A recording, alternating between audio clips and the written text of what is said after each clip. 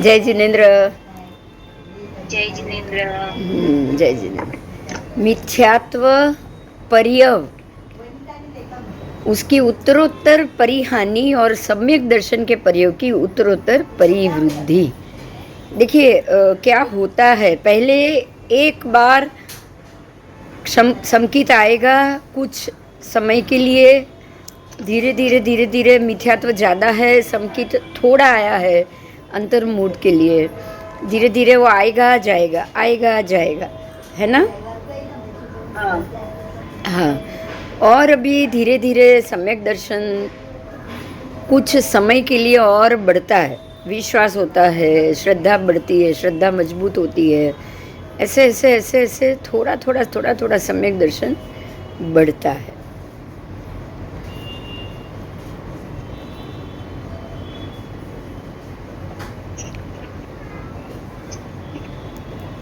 ये केवली प्रज्ञप्त धर्म को प्राप्त करे, और वो भी केवल ज्ञानी से कुछ भी सुने बिना, उसकी स्थिति बताइए, किसकी बताई है। केवल ज्ञानी। केवल ज्ञान तो उत्पन्न हो गया है, लेकिन किसी भी केवली प्रज्ञप्त धर्म को सुने बिना, समझ में आया।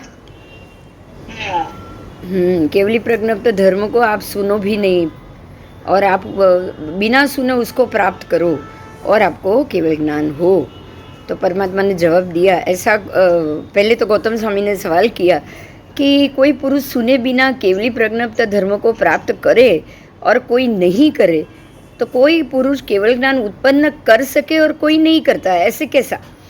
तब भगवान ने जवाब दिया है कि गौतम, जिसके ज्ञानावरण कर्म का क्षयोपशम नहीं होता है और दर्शनावरण का भी क्षयोपशम नहीं होता है, धर्म के अंतराय कर्म का भी क्षयोपशम नहीं होता है, चारित्र वर्ण का भी आवरण का भी क्षयोपशम नहीं होता, और यतना वर्ण, यतना उसका भी क्षयोपशम नहीं होता हो, अध्यवसाना वर्ण मतलब उसके अध्यवसाय शुभ नहीं हुए, उसके आवरण का भी क्षयोपशम ना हुआ हो, जिसके अभिनिबोध ज्ञानावरण कर्म का भी क्षयोपशम नहीं हुआ है, जिसके श्रुत ज्ञान का भी कर्म का क्षयोपशम नहीं हुआ हो, जिसके अवधि ज्ञानावरण के कर्म का क्षयोपशम भी ना हुआ हो, मन प्रयोग ज्ञान का भी क्षयोपशम नहीं हुआ हो, केवल ज्ञान के आवरण का भी कर्मक्षय नहीं हुआ हो, ऐसा पुरुष केवली तत्पाक्षिक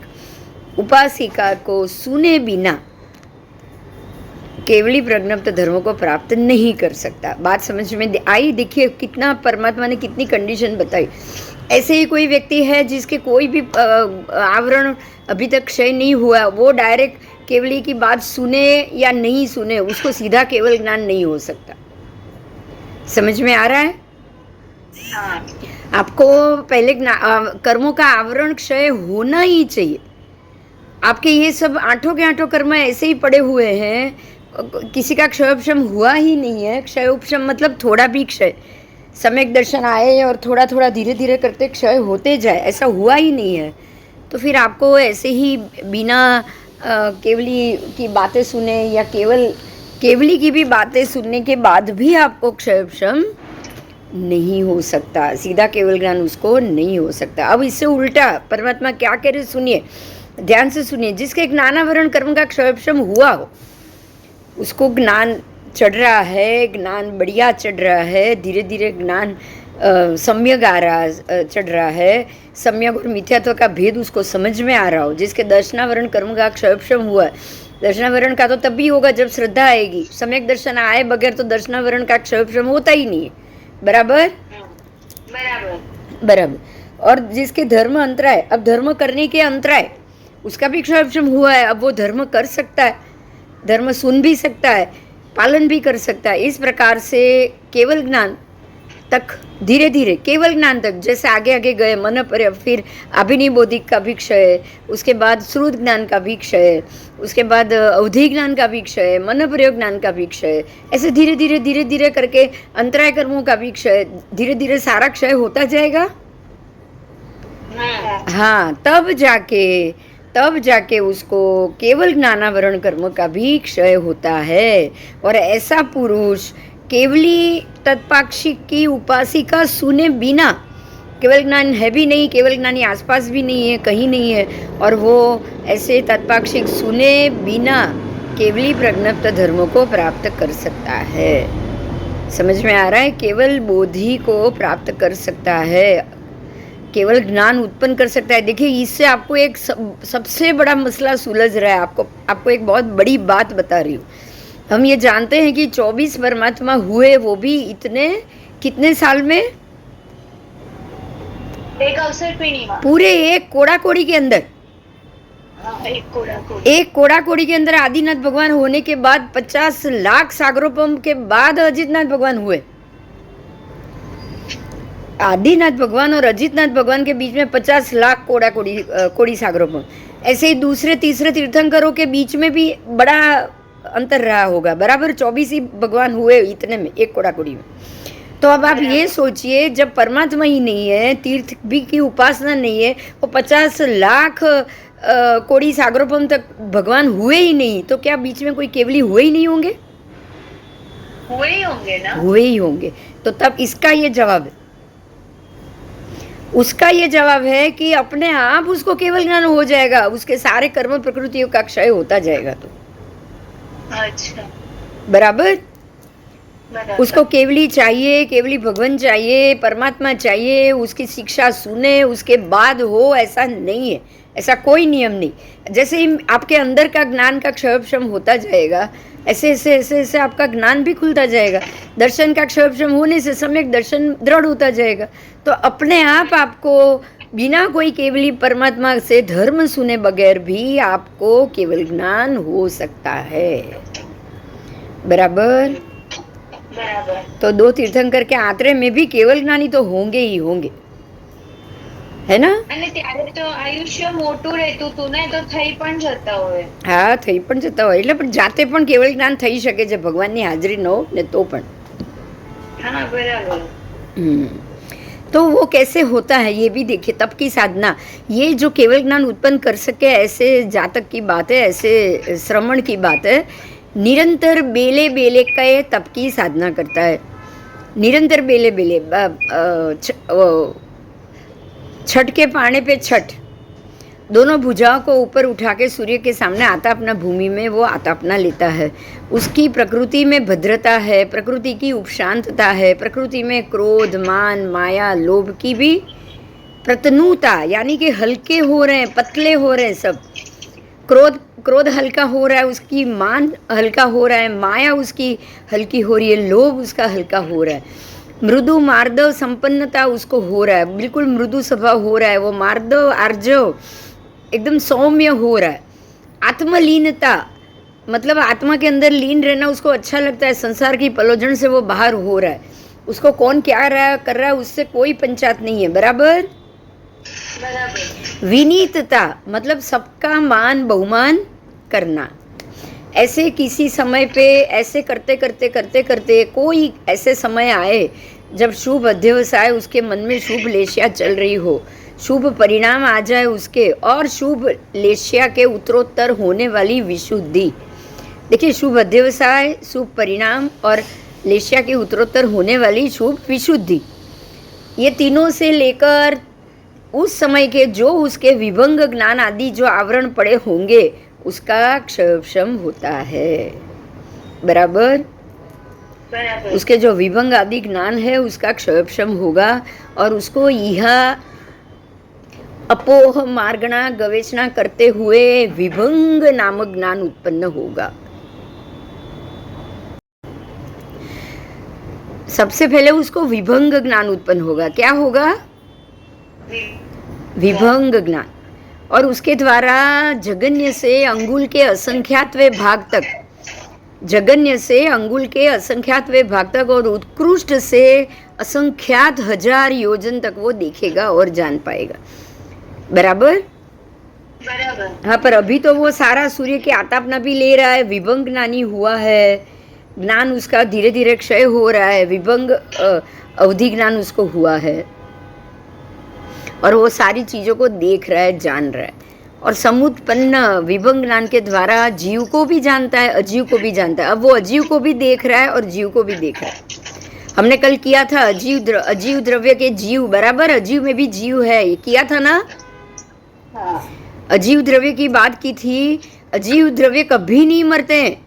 वो ऐसे जीव हैं जो जैसे घनोदधि घनवात के उसी भाव में वो सातों के कर्मों को बांधते रहेंगे, लेकिन 8वां आयुष्य कर्म ये जीव कभी भी नहीं बांधेंगे। बराबर जो हम 3-4 दिन से ये सीख रहे हैं, बहुत बढ़िया सा जवाब था वो। उस हिसाब से यहाँ देखेंगे तो अजीव द्रव्य, अजीव को भी वो देख रहा है। देखो जीव को भी आप देखो, अजीव को भी देखो, ध्यान से सुनो। अजीव भी देखने जैसी चीज है, तभी देख रहे हो ना। अजीव भी दिखाई दे रहा है तभी, जैसे जीव दिखाई दे रहा है। जीव एक द्रव्य है, दिखाई दे रहा है, तो अजीव भी कोई द्रव्य है तभी दिखाई दे रहा है। राइट। हाँ, वो भी एक आत्मद्रव्य है। अजीव भी एक आत्मद्रव्य है, जीव भी एक आत्मद्रव्य है। ये ऐसा आत्मद्रव्य है जो कभी भी रूपांतर नहीं होने वाला, कभी भी अपनी स्थिति से बाहर निकल के दूसरी स्थिति में वो जाने वाला ही नहीं है, क्योंकि उसका आयु का कभी भी क्षय होता ही नहीं, होता ही नहीं है। अजीव हमेशा अजीव ही रहेगा। धर्मासिकाय हमेशा धर्मासिकाय ही रहेगा। आओ, तो वो जीव को भी जानता है, वो अजीव को भी जानता है। वे पाषंडस्थ अन्य संप्रदाय के स्थितवर्ती, अन्य संप्रदाय में वो है, इसलिए उनको पाषंड कहा गया है। और आरंभ सहित, आरंभ भी कर रहे हैं अभी, क्योंकि उसको ये नहीं पता है कि आरंभ समारंभ नहीं करने। बराबर परिग्रह सहित, परिग्रह भी लेकर बैठे हैं, लेकिन धीरे धीरे ज्ञान का क्षय तो हो ही रहा है उसका, क्योंकि आत्मा में अध्यवसाय शुद्ध हो रहा है। देखिए बहुत बढ़िया बात बताया परमात्मा ने कि आत्मा के अध्यवसाय शुभ हो, आपकी लेश्याएं शुभ हो, आपके स्वभाव में आर्दवता, मार्जवता, संलीनता, विनीतता, ये सारे गुण आ जाए। आपके क्रोध, मान, माया, लोभ हल्के होने लगे, पतले होने लगे, प्रतनु होने लगे, तो प्रकृति में उपशांत हो जाओ और भद्र प्रकृति हो जाए, कल्याणकारी विचार आने शुरू हो जाए। आप अपने द्वारा किसी भी जीव को कोई क्षति पहुंचाओ नहीं, ऐसे हो जाओ ना, तब आप अन्य संप्रदाय पाषंड में भी अगर खड़े होंगे ना, तब भी आपके सारे आवरणों उतरते जाएंगे। समझ में आ रहा है?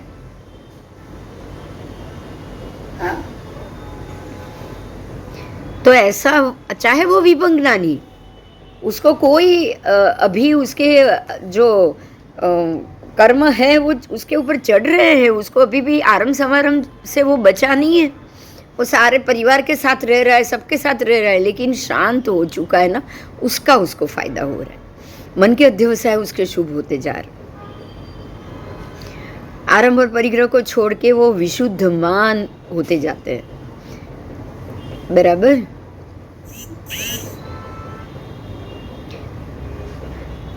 अभी वो आरंभ सहित और परिग्रह सहित होने के कारण संक्लेश माने को, थोड़ा बहुत संक्लेश उसको होता है, वो उसको जानता है, वो संक्लेश को जानता है, और आरंभ और परिग्रह को छोड़ के वो विशुद्ध मान होता रहता है। इसे भी वो जानता है, मतलब अगर मैं ये छोड़ दूँ तो मैं बिल्कुल ये झंझट से मुक्त हो जाऊंगा, उसको ये भी पता है। देखो अभी वो ये स्टेज पे उसको 2 चीज़ पता है, परिवार के साथ रहूँगा तो संक्लेश होगा, परिवार बिना रहूँगा तो कोई झगड़ा नहीं, कुछ नहीं, कोई द्वेष, कोई, मुझे शांति चाहिए, अगर मुझे शांति चाहिए तो शांति मुझे अकेले में ही मिलेगी, ये बात उसको समझ में आ जाएगी। बराबर। आपको पता है जैसे गौतम बुद्ध को समझ में आ गया था कि जरा देखी, रोग देखा, बाल्यावस्था देखी, मृत्यु देखा, सब देखा, तो उनको समझ में आ गया कि अरे जियो मरो, बच्चे की तरह बनो, जन्म लो, रोगिष्ट बनो और मर जाओ, उससे तो अच्छा है ऐसे संसार में मेरे को रहना ही नहीं है। वो अकेले रहना उन्होंने शुरू कर लिया। बराबर। उन्होंने चाहा कि अरे परिवार जितना भी बढ़ाओगे ये दुख तो मिलने ही वाला है, ये दुख में मुझे नहीं रहना है। अभी तक उनको वहाँ से वो उससे बाहर निकलना कैसा है, आरंभ समारंभ बंद करने से जीव हानि नहीं होगी, ये कोई समझ नहीं है अभी, है ना। हाँ, तो इनको भी ऐसा ही होता है। अभी वो विभंग ज्ञानी है, उनको आरंभ परिग्रह, आरंभ समारंभ संरम के मामले में कुछ नहीं पता, जीव दया के मामले में अभी कुछ नहीं पता, लेकिन किसी को पीड़ा नहीं पहुंचानी है ऐसा स्वभाव जरूर हो गया। अब आगे देखेंगे ऐसे विभंग ज्ञानी जीव अजीव आदि के यथार्थ स्वरूप के प्रति समर्पित हो जाते हैं, वो बिल्कुल समर्पित हो जाते हैं। जैसे कि क्योंकि वो देख रहे हैं, राइट। अगर आपको ये हवा में रहता हुआ अजीव दिखाई दे तो आप समर्पित हो जाओगे ना, अरे ऐसी भी कोई जीव सृष्टि है, हो जाओगे कि नहीं? हो जाओगे। और साथ में आप जीव द्रव्य को भी देख रहे हो, सामने वाले कुछ 500 योजन तक के एरिया में, नीचे नरक गति में एरिया में नरक के जीवों की पीड़ा भी देख रहे हो, ऊपर से तिर्यक लोक में भी, ढाई द्वीप में भी सारे जीव सबको देख रहे हो। तब आपको लगता है कि अरे ये सारी चीज़ों को, ये जीव अजीव, ये सृष्टि, ये सब लोग दुखी है, सबके सब दुखी है, तो ऐसे संसार में आने का तो कोई मतलब ही नहीं है। तो धीरे धीरे धीरे धीरे वो बिल्कुल समर्पित होते जाएंगे कि नहीं? होते जाएंगे। उनको संसार का यथार्थ स्वरूप सामने आएगा। ज्ञानावरण तो हुआ ही है। धीरे धीरे धीरे धीरे सम्यकत्व पे दृढ़ होते जाएंगे, क्योंकि ये संसार यही है, जीवों की स्थिति यही है, इस विचार पे वो दृढ़ होते हैं ना, होते हैं वो। अब जो सच्चा संसार है ना, वो उनको दिखाई दे रहा है। अब तक गलत लग रहा था, अब तक हम समझते हैं कि सब व्यक्ति अच्छे हैं, सबको समझो, सबको जज करने में समय लगाओ और सबसे झगड़े भी होते जाएं तब तक। लेकिन जब आपको उनके मन की या अंदर की बात पता चल जाए, या ये सृष्टि का जो कुछ सभी जीवों का बिहेवियर समझ में आ जाए, तो आप शांत हो जाओगे कि नहीं? अपने आप आप अपने आप हो जाओगे। और सम्यकत्व को प्रतिपन्न होकर अब वो श्रमण धर्म में रुचि करता है।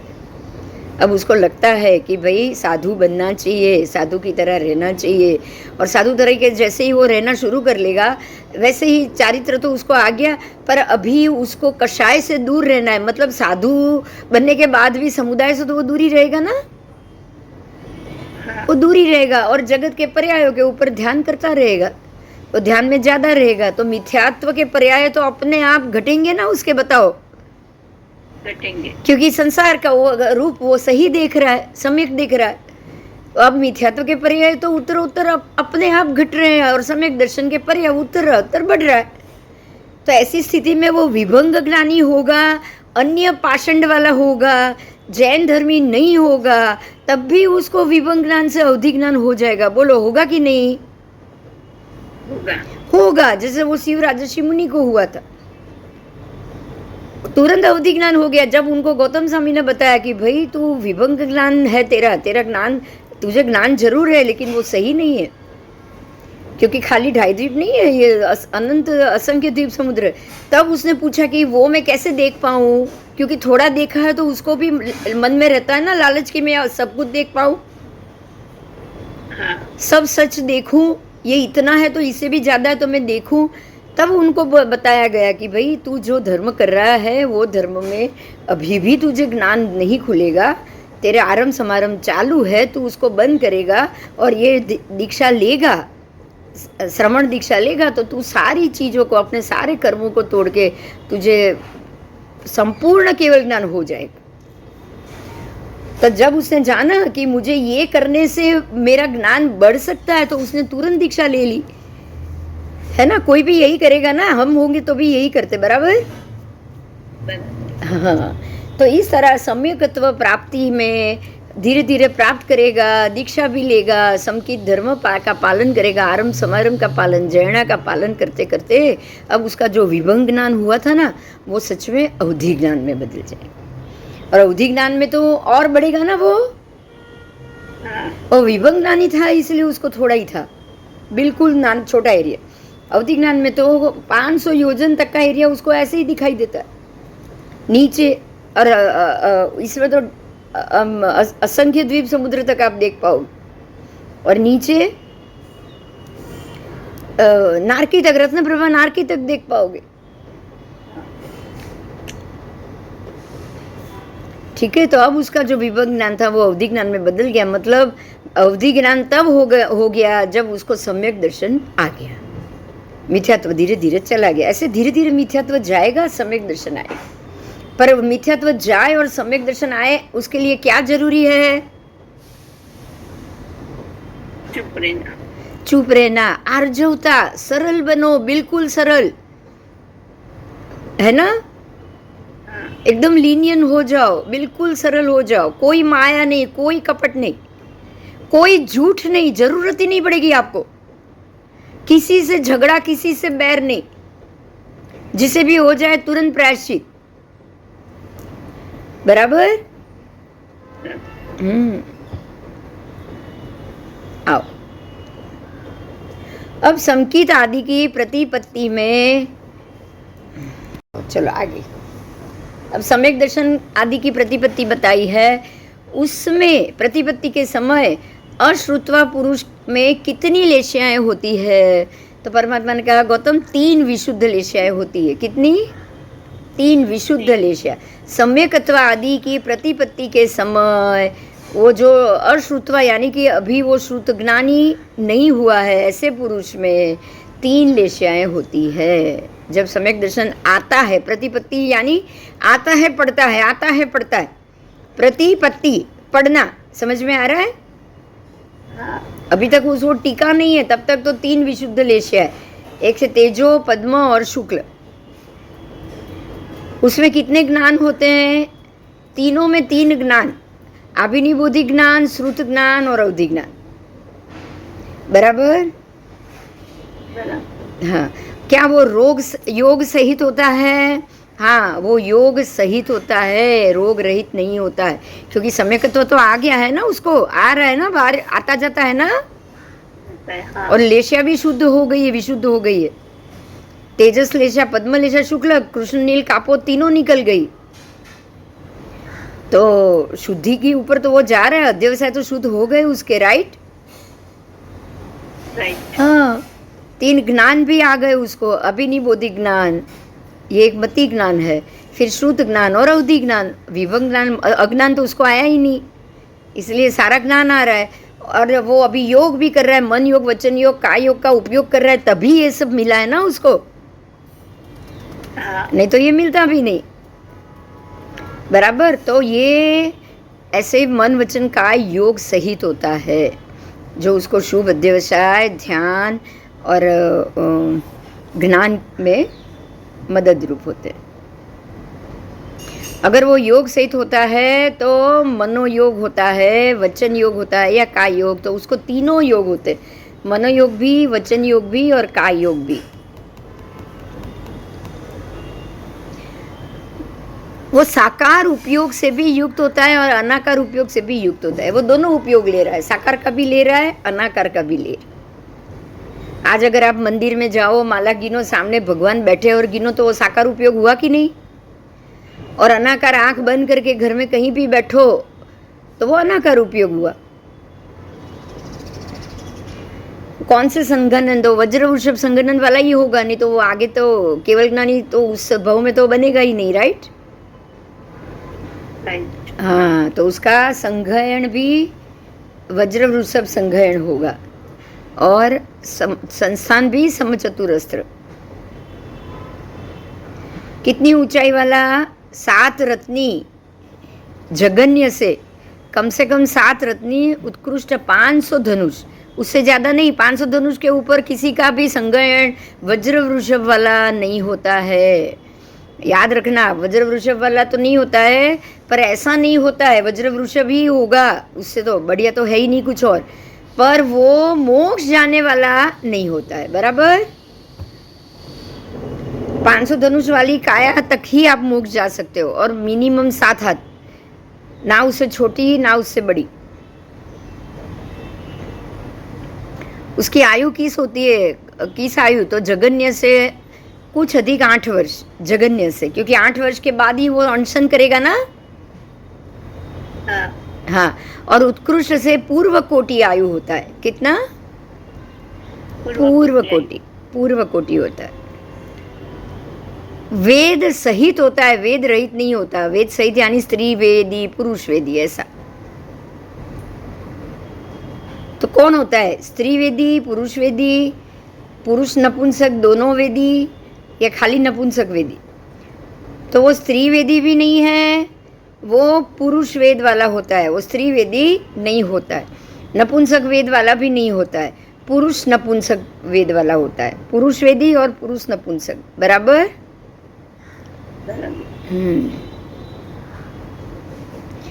कषाय सहित होता है कि कषाय रहित? बोलो, कषाय सहित होगा या रहित? कषाय सहित। हाँ, कषाय सहित। कषाय सहित भी हो सकता है, कषाय रहित भी हो सकता है, क्योंकि वो तो उस भव में तो मोक्ष जाने वाला है, राइट? हाँ, तो कषाय होंगे तो भी बिल्कुल हल्के हो चुके होंगे ना। हाँ, तो कषाय होंगे तो क्रोध मान माया लोभ। और अध्यवसान कैसे? असंख्य अध्यवसान, असंख्य अध्यवसान। उसमें असंख्य अध्यवसान होते हैं, लेकिन वो सारे अध्यवसान प्रशस्त होते हैं, अप्रशस्त नहीं। मन में अध्यवसाय होना यानी किसी भी वस्तु के प्रति इच्छा जागृत होना, उसको ही अध्यवसाय कहा जाता है, बराबर। तो प्रशस्त अध्यवसाय आप जरूर रख सकते हो। प्रशस्त अध्यवसाय यानी जैसे ये अभी सोच रही है ना कि मुझे सीधी तब तो कुछ भी हो जाए करना था, सोचा था ना। हाँ, तो ये प्रशस्त अध्यवसाय हुआ। क्या हुआ ये? प्रशस्त अध्यवसाय। और उसी के लिए तू मेहनत कर रही है, तो ऐसे हमको इच्छा नहीं करनी है, लेकिन प्रशस्त इच्छा जरूर करनी है। प्रशस्त इच्छा करोगे तो आप शुभ कर्म बांध पाओगे ना। अभी तो हमको शुभ कर्म बांधना ही है ना, अभी कहाँ मोक्ष हुआ है, बोलो। नहीं, अंतिम भव तक शुभ तो अध्यवसाय आपको करना ही पड़ेगा, शुभ कर्म तो आपको बांधना ही है।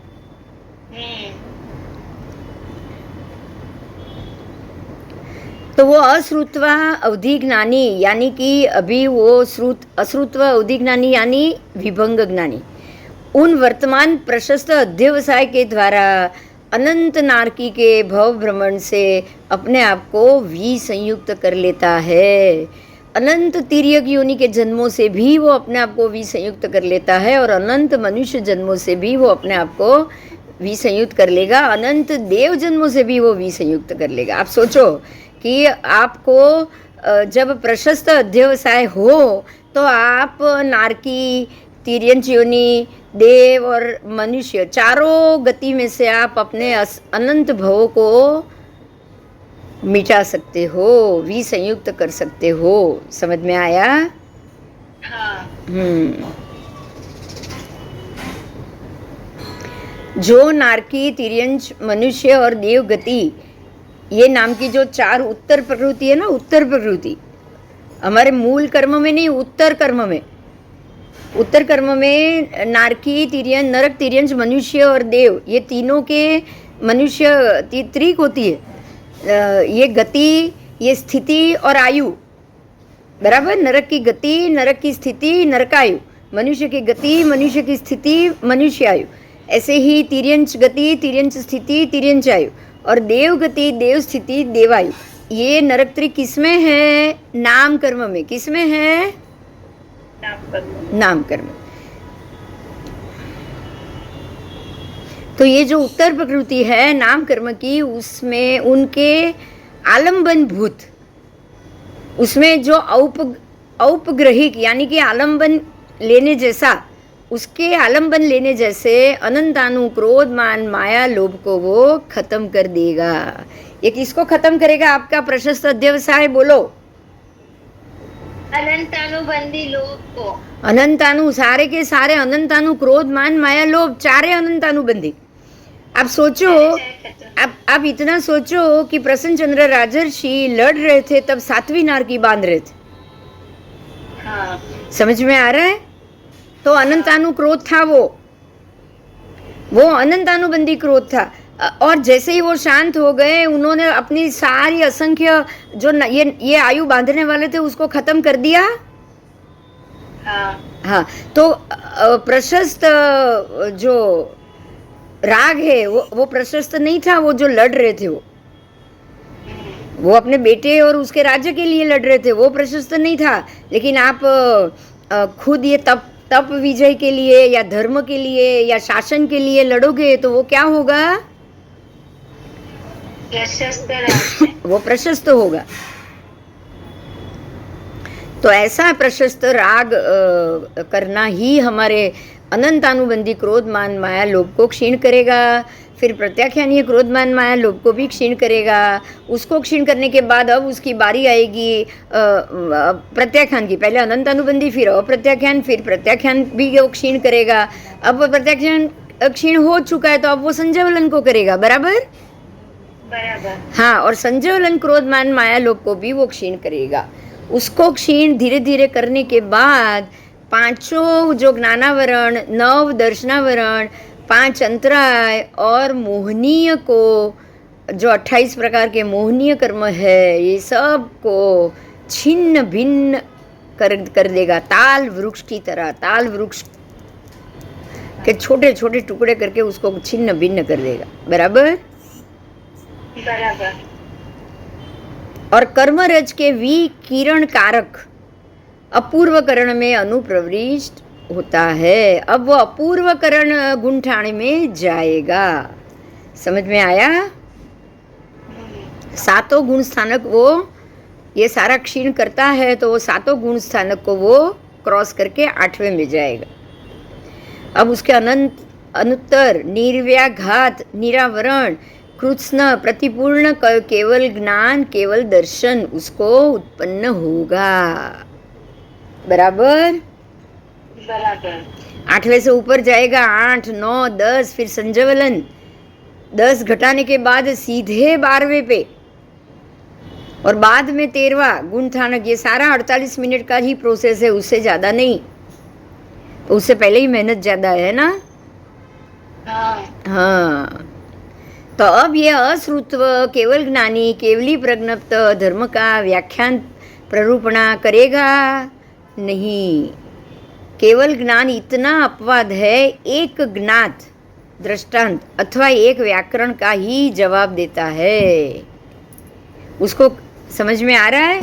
आप एक प्रश्न करोगे तो उसका जवाब देंगे, या एक क्वेश्चन, एक दृष्टांत देगा, वो ज़्यादा से ज़्यादा, उससे ज़्यादा नहीं। ऐसा केवल ज्ञानी, बराबर। क्योंकि उसको अपने आप हुआ है ना। हाँ, उसको अपने आप हुआ है। तो वो क्या क्या करेगा वो अभी हम देखेंगे 1-2 मिनट में, ठीक है।